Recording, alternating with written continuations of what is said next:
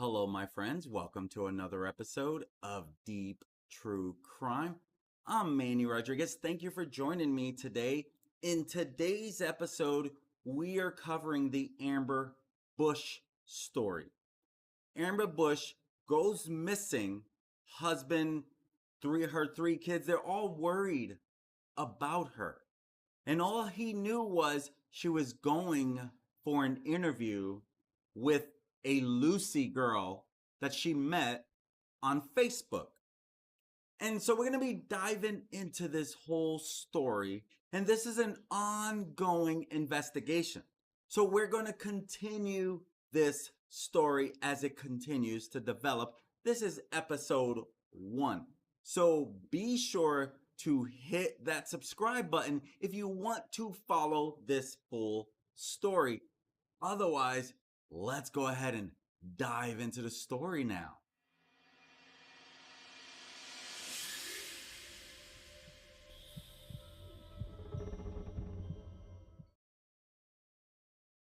Today we're covering the story of Ashley Bush. I might have said that name wrong the first time. My apologies to the family. On October 31st, 2022, at approximately 6:30 p.m., Ashley Bush was reported as a missing person to the Benton County, Arkansas Sheriff's Office. And at the time that Miss Bush was reported as a missing person, she was approximately 31 weeks pregnant. Miss Bush was last seen in the passenger seat of an older model tan pickup truck on October 31st, 2022 at 3:09 p.m.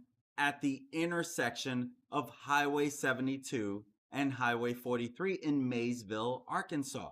The driver of the vehicle was described as a white female in her 40s with shoulder-length brown hair. Miss Bush's fiance, Joshua Willis, was the witness who observed Miss Bush as a passenger in the vehicle and reported to the Benton County Sheriff's Office that he recognized the driver of the vehicle as a female he knew as Lucie. Mr. Willis informed Benton County Sheriff's Office investigators that on October 28, 2022, he and Miss Bush met Lucie at the Gravette, Arkansas Public Library. And he shares that as a way to, I want to make sure that Lucie is a real person. At the time of this meeting, Lucie was driving the same pickup truck that he observed Miss Bush traveling in on October 31st, 2022. Now, during this meeting, Miss Bush and Lucie discussed employment opportunities for Miss Bush at a company called Conduent. Now, later in the evening, Lucie messaged Miss Bush and told her that she wanted her to meet her supervisor at Conduent in Bentonville, Arkansas on Monday, October 31st at 9 a.m. Now, at approximately 11 p.m. on October 28, 2022, Lucie again messaged Ashley and informed her that she would meet her at the Handi-Stop convenience store located in Maysville, Arkansas that Monday, October 31st. Again, that's Halloween here in the States. And they were going to meet there so that she could take Miss Bush to meet her supervisor at Conduent. Now, on October 31st, 2022, Joshua Willis, the fiance, he drove Miss Bush to the Handi-Stop convenience store where she met Lucie. Now, Mr. Willis, he observed that Lucie was driving the same pickup truck that he had observed on October 28th, which was a Friday, the Friday before that Monday. And at approximately 3 p.m., Mr. Willis received a text message from Miss Bush stating that she was in Gravette, Arkansas, and that she was on her way to the Handi-Stop convenience store where she had arranged for Joshua, her fiance, to pick her up. Now, Joshua, he reported to the Benton County Sheriff's Office that while he was awaiting Miss Bush's arrival, He observed the same pickup truck drive past the Handy-Stop convenience store and turn onto Highway 43 and travel north. Mr. Willis was able to observe that Miss Bush was the passenger in the vehicle and that Lucie was driving. Now, he attempted to contact Miss Bush by phone, but he reported that the calls were going to voicemail, and so he could not get through at all to her. And so on November 1st, 2022, detectives with the Benton County Sheriff's Office, they met Mr. Willis in Maysville, Arkansas. You can see Mr. Willis in this picture in front of you. And during this meeting, Mr. Willis informed the detectives that he had located Miss Bush's cellular telephone on the side of the Highway 43 in Maysville, Arkansas. Mr. Willis, he rode with the detectives to the location where the phone was discovered. And the detectives recovered the phone and they used the passcode that Mr. Willis provided to them to gain access to the phone. The phone would later be transported to the Benton County, Arkansas Sheriff's Office for further review. Now, while reviewing the phone, detectives were able to locate a Facebook account for Lucie Barrow. The account appeared to have been created on October 25th. Now, this is according to the charging document, but you can see by some post here under Lucie Barrow that she actually might have created this on October 24th. So if you did read the affidavit or the charging documents or whatever that is considered in this particular case, it says October 25th, but I believe the actual date is October 24th. And you can see where she even posted, I got locked out of my account and can't recover it, so this is a new account. And so the profile name was identified as Lucie Barrows. Detectives located a public posting on the account that read, I have a bunch of items if any moms to be need them. And when Benton County Sheriff's Office Detective Simpson, he returned Mr. Willis, this is Mr. Willis with one of his daughters, to the Handy-Stop convenience store. While he was there, he was approached by Rick Burrow. Burrow, again, not Barrow, nothing related to Lucie. Burrow told Detective Simpson that on October 31st, 2022, he and Sawyer McGee were traveling south on Highway 43 near Maysville. While driving, he and McGee observed a male throw a red and black cellular telephone from the window of the vehicle as the vehicle traveled north on Highway 43. Detective Simpson made contact with McGee, who confirmed the information provided by Burrow and added that the vehicle in question was a blue or a light gray Chevrolet pickup. And you can see Detective Simpson here in your picture. And by what I've come across, he might have retired, but still helping with this. Please correct me in the comments if I'm wrong on this, but I believe this is Mr. Simpson who has been doing the interview. So I just wanted to make sure that I got that out there. Detective Allison Wynn with the Benton County Sheriff's Office, she submitted an emergency request to Facebook, which is now Meta Platforms, to request records associated with the Facebook profile of Lucie Barrows. Facebook provided information to Detective Wynn indicating that Lucie Barrows' profile was created on October 25th, 2022. Now again, I'm still a little, maybe as you can see the time of date when she created this in UTC, maybe because the time of date that she created was October 25th, 2022 at 0:22:45 UTC. Now, this may very well be why some of her posts are showing at October 24th. So wherever this UTC, whatever time zone that is, but at 0:22 minutes 45 seconds, that is when this account was created, which generally is after midnight. So wherever that was, which is probably why you see these posts showing October 24th. I'm guessing that's why there's a little discrepancy on when Facebook says the account was created and when there was a posting of October 24th. Just to clarify some of the differences there. That's my guess. And so they identified the IP address, which IP means Internet Protocol. And they identified the IP address as Detective Wynn was able to determine that this IP address was registered to T-Mobile. And so Detective Wynn requested an emergency disclosure from T-Mobile and learned that this IP address was assigned to Jamie Waterman.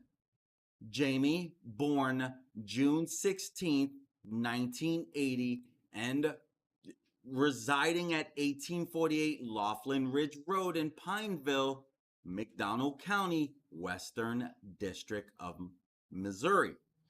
Detective Kyle Naish, he shared with Detective Kyle Naish with the Benton County Sheriff's Office, submitted an exigent request for Miss Bush's telephone provider, T-Mobile. And what that means is we need this thing in a quick hurry, as fast as you can get this to us. We need her telephone information. We need everything. And so this exigent request forms were for the phone numbers to Miss Bush and Mr. Willis so that they can tie anything they can. And so Detective Naish requested call details with cell sites and time difference of arrival, timing advance for both the detectives, both devices. Detective Naish, he reviewed the T-Mobile results and manually reviewed Miss Bush's cellular device. Detective Naish, he observed a timeline of events contained within the victim's Google Maps account. And the detective observed that the phone traveled from Gravette to Maysville on October 31st, 2022 at approximately 11:07 a.m. and it leaves the area of Maysville at approximately 11:41 a.m. And Detective Naish, he observed the victim's phone showed to return to Maysville, Arkansas at approximately 6:51 p.m. Now, Detective Wynn requested records related to Miss Bush's Gmail account. And Detective Naish, he reviewed the T-Mobile records and Google records and observed that the victim's phone left Maysville, Arkansas, and traveled to an area near Pineville, Missouri at 1:09 p.m.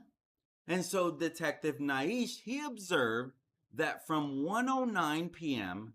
to 1:28 p.m., the victim's phone was in the area in Pineville, Missouri, which is approximately 0.15 miles from the residence of the two Amber Waterman and Jamie Waterman in Pineville, Missouri. Now, this is the residence of Jamie and Amber. So on November 1st, 2022, 3 days before this video, after learning of the possible location of interest located at 1848, this is where it starts getting uglier because they're literally looking everywhere, right? But they find this location of interest that's located at 1848 Laughlin Ridge Road in Pineville, Missouri. Benton County Sheriff's Office Detective Simpson and Stewart coordinated with the McDonald County Sheriff's Office to travel to this location. And after arriving at the location, Detective Simpson met with Jamie and Amber Waterman, and Detective Simpson requested consent to conduct a search of the residence and outbuildings and was granted consent by both the Watermans. And so Detective Simpson also observed a, a tan colored Chevrolet pickup truck matching the description of the vehicle that Mr. Willis reported as being driven by Lucie. Now, Detective Simpson observed what he believed to be blood stains on the inside of the vehicle, specifically on the center console, steering wheel, and headliner. And so Detective Simpson, he conducted an interview of Amber Waterman while at the residence. And Amber Waterman informed Detective Simpson that on October 31st, 2022, she had been at the residence all day with her son and her husband's cousin's daughter. And so she's like, I have nothing to do with this. I've been away the whole time. And so later in the afternoon, Amber Waterman allegedly went into labor. And Amber Waterman had the female at the residence. She had her contact 911 and then drove to meet an ambulance at a store in McDonald County, Missouri. Amber Waterman informed Detective Simpson that she had delivered a stillborn child that evening. And so Detective Simpson requested access to Amber Waterman's phone, but Amber reported that she had lost it. And so Detective Simpson then questioned Amber Waterman about that tan colored Chevrolet pickup located at the residence. Amber informed Detective Simpson that she was the only person with access to the vehicle and that she had the only keys to the vehicle. So when he asked about her knowledge of Miss Bush, Amber said, hey, she didn't know Miss Bush. Detective Simpson then asked Amber about Lucie Barrows. Amber informed Detective Simpson that she did know Lucie Barrows, right? And Amber says, hey, I know her through work. She says she previously worked with Lucie at Walmart. And so Amber stated that she and Lucie were not close friends. And so, that obviously was starting to ring some major red flags because she said that her and Lucie were not close and that she had last seen Lucie a few weeks before at a store. And so Detective Simpson spoke with Jamie. Jamie, again, the husband of Amber Waterman, and they both reside at the 1848 address. And so Jamie informs Detective Simpson that on October 31st, he went to work at 6 a.m. and came home for lunch at 12 p.m. When Jamie arrived home for lunch, the tan colored truck was not at the residence and no one appeared to be home. Jamie returned to work in his blue GMC pickup. At approximately 4:30 p.m., Jamie received a call from Amber informing him that she was having a miscarriage. Jamie returned home and drove Amber Waterman and the two children to the store and met an ambulance. When asked if Jamie Waterman had any knowledge of the missing female, Miss Bush, Jamie stated that he did not. And so after interviewing Jamie and Amber and conducting a consent search of the property, Detective Simpson informed Jamie and Amber that the tan-colored pickup truck was going to be seized due to the possible presence of blood inside the vehicle. The vehicle was then transported to the Benton County Sheriff's Office and held as evidence pending the issuance of a search warrant. You can see by this picture here, Amber Waterman was faking a pregnancy. And she posted on September 6th, "This year, I need some encouragement, guys. The closer time get, the more doubt I can do this alone." At that time, she was getting a lot of support from her Facebook, from everything. She has a TikTok here where she did a lot of videos and actually was getting a pretty big following. And you can see, literally, this is Amber Waterman. And she used this, and you can see 7 images down, a sonogram picture. I should have circled that, but you can see 7 at the top, 7 images down. You can see a picture of that. And of course, due to a lot of this investigation, a lot of this is off. And so you can also see where she tagged Jamie Waterman and 2 others.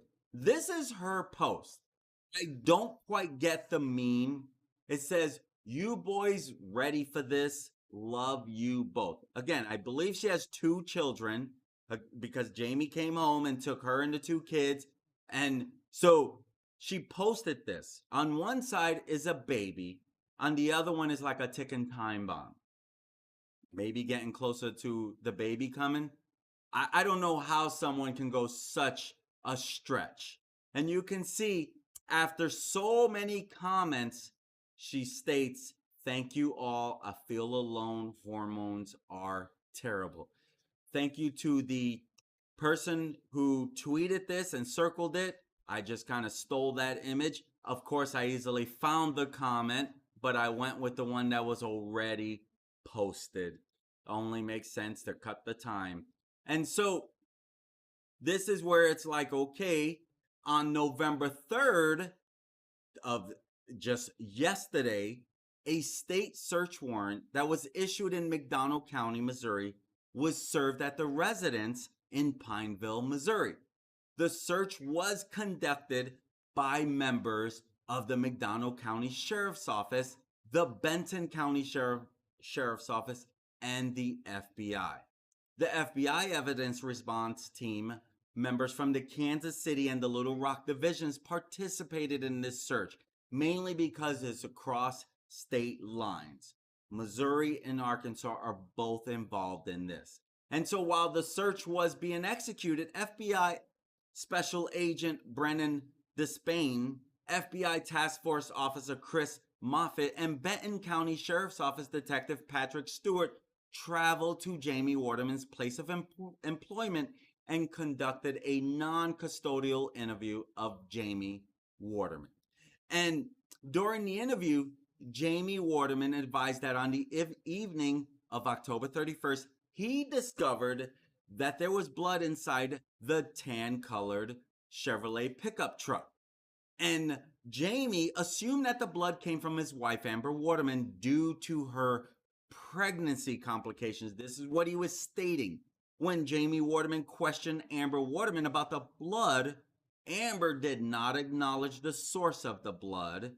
Jamie watched Amber clean the blood from the pickup truck, and thereafter, the rags used to clean the blood were burned in a burn barrel located in front of the residence by Amber Waterman.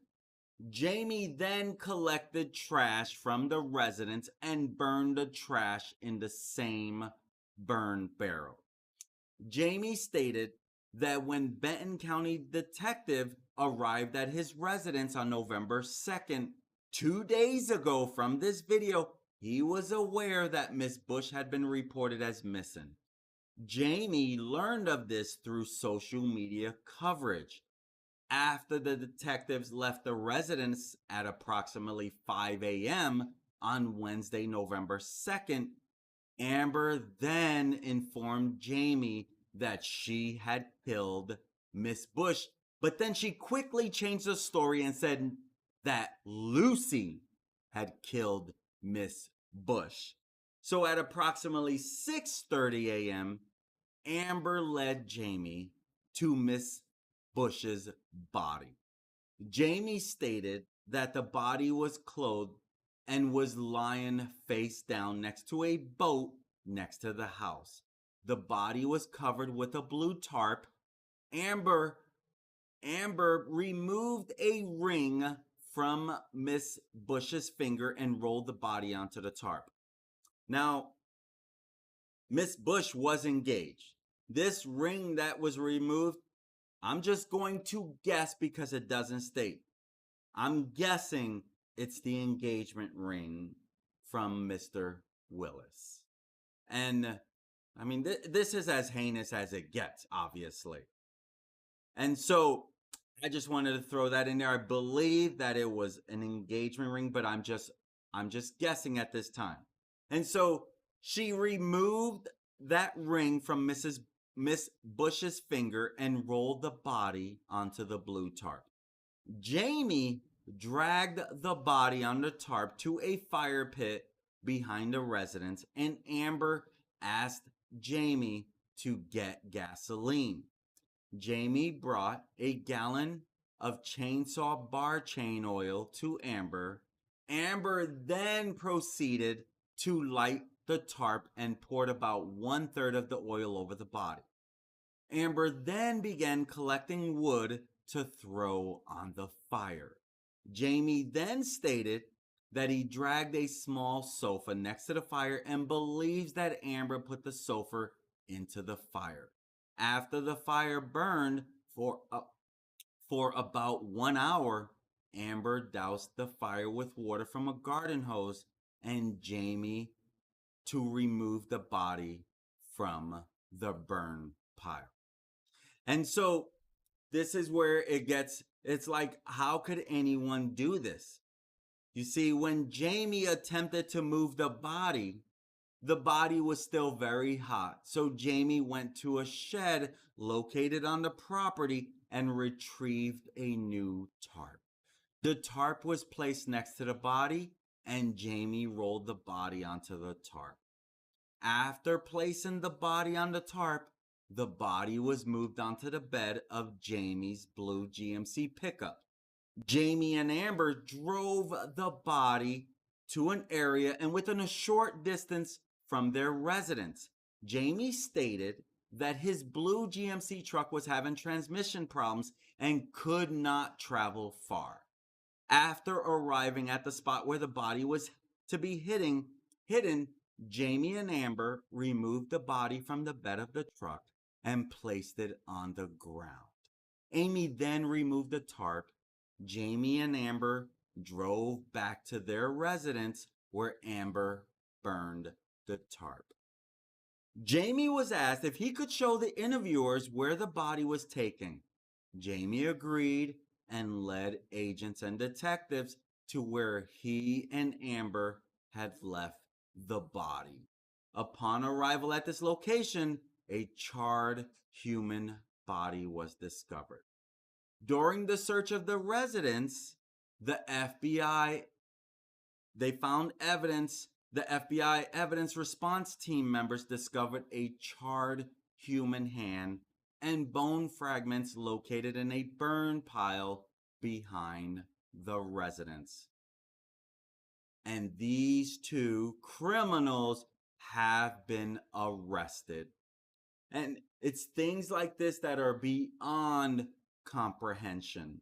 You only wonder, what could make a person do this?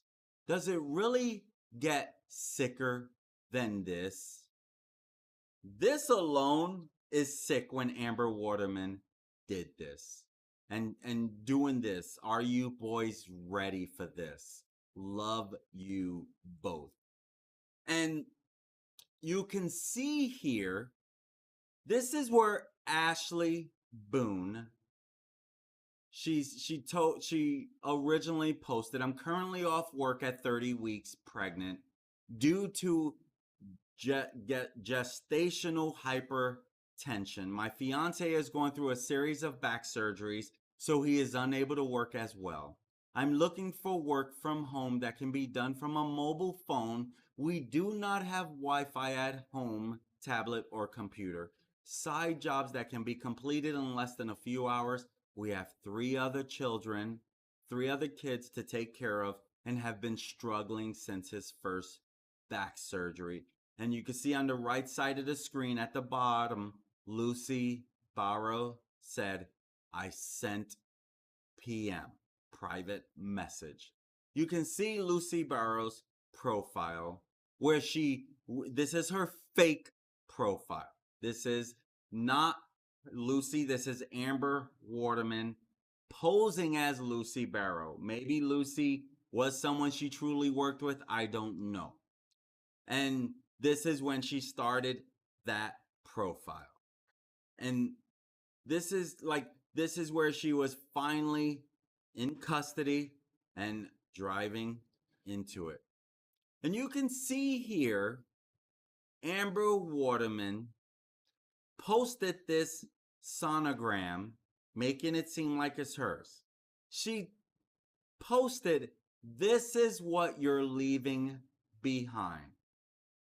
I can only guess this is part of her way to keep Jamie from leaving her. She obviously has a lot of problems. I don't know if Jamie thought she was pregnant this whole time. I don't even know what to think about this. This is episode 1 of an ongoing coverage.